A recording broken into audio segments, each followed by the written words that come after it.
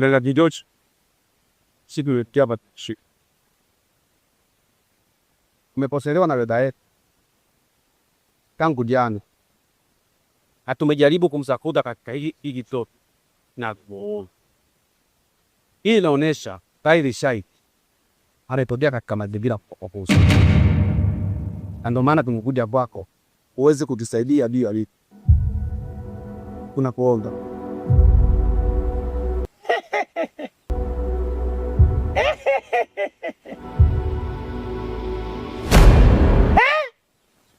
Yule Mboza binti jeuri, kiburi,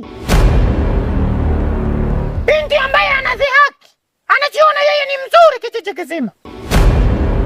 Sasa nawaambieni, muacheni aende, dunia ikamfunze.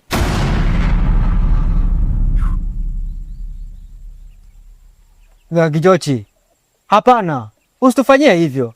Tunafahamu maumivu uliokuwa nayo, tunajua maumivu kiasi gani ambayo unayo, lakini tunakuomba, maumivu yetu sisi ni adamu nzito kuliko maji. Dada Kijochi, tunakuomba tuangalizie yuko wapi, na pia tusamee sisi kwa kuwa tumeshindwa kumkunja samaki angali mbichi. Sikilizeni nyinyi, mkono mtupu wa ulangwi.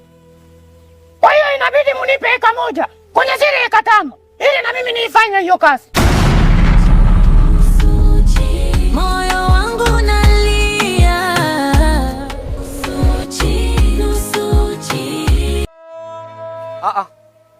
Kichampi, tusikubaliane na hilo. Tusikubaliane na hilo Kichampi. Huu ni mtego Kichampi. Tusikubaliane nalo. Hapana kaka, nilishawahi kukwambia mchelea mwana ulia mwenyewe, lakini ukutaka kunisikiliza. Dada Kijochi, fanya utakavyo sasa. Kichampi, nisikilize mimi kaka yako. Nisikilize mimi. Huu ni mtego. Tuachane nalo. Kindenya kaka yangu, muda wako umekwisha sasa. Muda wako umekwisha Kindenya. Kijochi, fanya kama nilivyokwambia. Nisikilizeni. Sasa mnarumbana au nifanye kazi?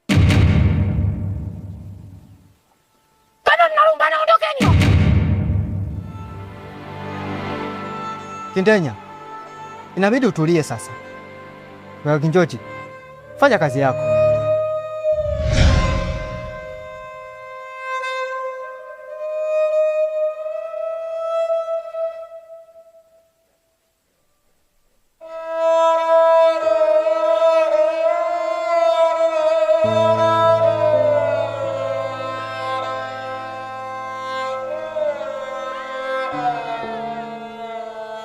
Vijana wa siku hizi wanajifanya wanajua kila kitu. Wewe Salimango! Wewe Salimango! Salimango! Wasaidie! Nini? Salimango! Najua vijana ngwaru hayupo. Ila wewe utaweza kuwasaidia. Dada ya Umoza yuko wapi? Waangalie hawa. Waambie damu yao iko wapi?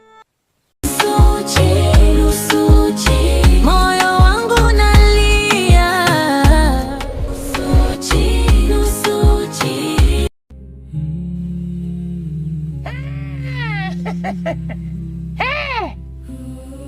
Sawa.